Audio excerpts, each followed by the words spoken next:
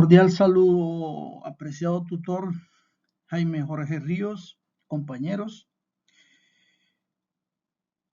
Mi nombre es Stuart Coronado. Con este video vamos a dar cumplimiento al reto académico correspondiente al momento final, tarea 4, el rol del mediador. Resultado de aprendizaje del curso RAT 3.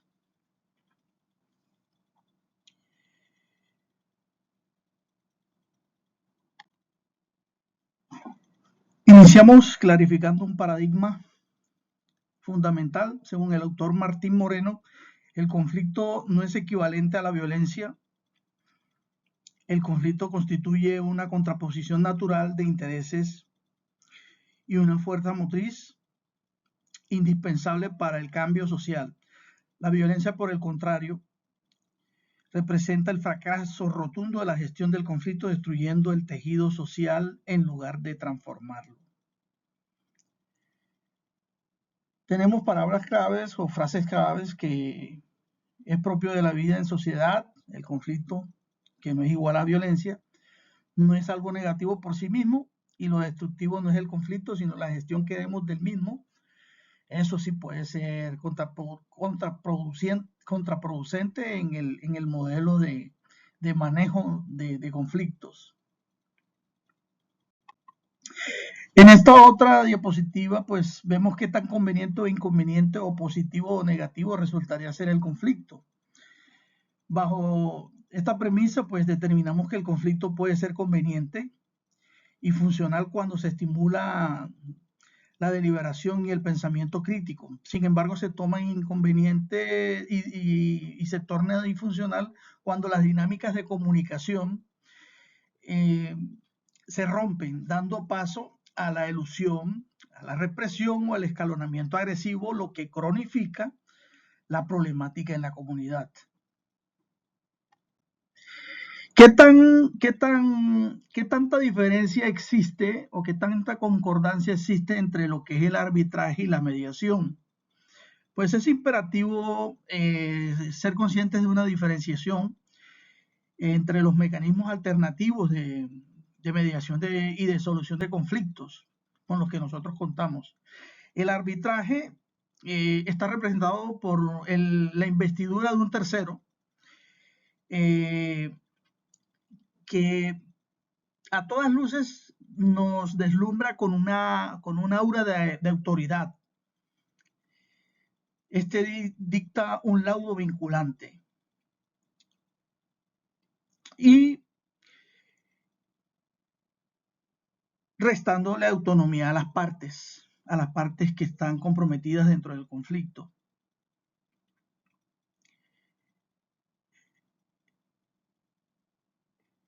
En contraste con el concepto de lo que es la mediación resulta ser un proceso autocompositivo donde el tercero o esta persona más bien funge con una capacidad mediadora, catalizadora, y que logra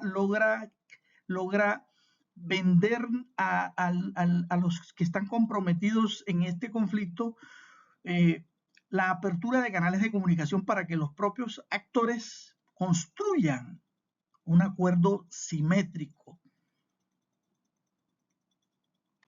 En esta otra diapositiva, pues, vemos que los modos de manejo de conflictos, el modelo de Thomas Kilmann, el instrumento de Thomas Kilmann identifica 5 estilos de gestión en contextos comunitarios. Los modos competitivos o evasivos tienden a ser desgastantes ante las relaciones. Proponemos priorizar el modo colaborador, que nos brinda a nosotros un enfoque de asertividad y cooperación, que no solo resuelve el problema de fondo, sino que también además fortalece el capital social y la confianza mutua. En la siguiente diapositiva, pues encontramos, digamos, las emociones y el poder. Toda disputa involucra desequilibrios de poder y desbordamientos emocionales, emotividad, que distorsionan la realidad objetiva de los individuos. Aquí es donde se exacerba lo antagónico de esas voluntades, o sea, esa animosidad, esa superficialidad de cómo enfocamos nosotros los seres humanos esa realidad. Entonces, cuando nosotros encontramos o identificamos que hay un desbalance que se crea, entonces nosotros ahí estamos siendo víctimas nosotros de esa de esas emociones y de la percepción de cómo vamos a entender esa realidad como tal. También nosotros tenemos que familiarizarnos con un concepto que nos plantea el autor William Ury, que es subir al balcón. Cuando hacen referencia a esta frase de subir al balcón, es incorporar a la negociación de penetración de Ury. Analizamos el primer paso, que es un concepto que representa una disociación estratégica donde el mediador o el negociador toma distancia mental del conflicto. ¿Para qué? Para abstraerse. Su propósito es suspender las reacciones emotivas, instintivas provocadas por el ego y empezar a responder de manera racional y asertiva. En la diapositiva 8 tenemos el puente de oro. El puente de oro es el cuarto principio de Ury, que es tender un puente de oro. Consiste en estructurar una salida digna, ¿sí?, para el oponente, evitando que se sienta acorralado. Esto se logra involucrando directamente en la co-creación de las soluciones, legitimando sus necesidades esenciales y dividiendo el acuerdo final en compromisos paulatinos y verificables. En la diapositiva número 9 tenemos la caracterización de la acción mediadora. Martín Moreno, página 34. Aquí nos enumeran, sí, y nos dicen que esta acción se basa o se fundamenta en unos pilares normativos y que resulta ser un proceso estrictamente voluntario. Es neutral respecto a los intereses particulares, exige absoluta confidencialidad sobre lo dialogado y es metodológico flexible y se adapta a la realidad del territorio y del contexto en el que se están desarrollando ese ambiente de conflictivo, de enemistad. Y el mediador actúa como un facilitador y jamás como un juez. En la diapositiva 10 tenemos que los principios que guían este marco son la empatía profunda, el autocontrol emocional y la construcción de escenarios para ganar. El objetivo central trasciende la firma de un documento, busca reparar activamente las relaciones deterioradas y sembrar una cultura pedagógica preventiva para futuros disensos. En metodología de mediación, examinamos los 4 modelos clásicos de mediación, el tradicional de Harvard, que es el lineal, que está orientado al acuerdo, el transformativo de Bush-Folger, centrado en el crecimiento relacional, el interdisciplinar y de manera especial el circular narrativo de Sarakov, cuyo enfoque en las historias permite de construir las narrativas rígidas en conflictos vecinales.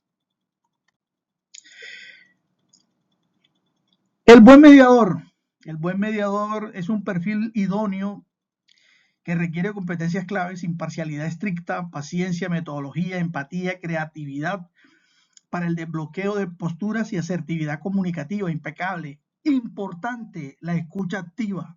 La escucha activa para que ese individuo en el momento de abstraerse sea capaz de identificar y servir como ese catalizador perfecto y pueda cumplir su rol como un buen mediador. Debe ser un estratega que guíe el proceso con pericia. Y bueno, como conclusión, debemos superar la barrera del no en escenarios complejos. También La pedagogía en el conflicto nos demuestra que la paz sostenible no se define como la ausencia de discrepancias, sino como la presencia activa y estructurada de un diálogo social. Aquí tenemos unas referencias bibliográficas para la sustentación. Se encuentra rigurosamente amparado. Y para cerrar, pues le brindamos especial agradecimiento a nuestro tutor Jaime Río Tarazona. Quedo plenamente atento a la retroalimentación del tutor. Resultarían valiosos los aportes de mis compañeros. Y este ejercicio resultó bastante enriquecedor, donde lo vemos plasmado aquí como un producto entregable con buena actitud y con buen desarrollo. Muchas gracias para todos.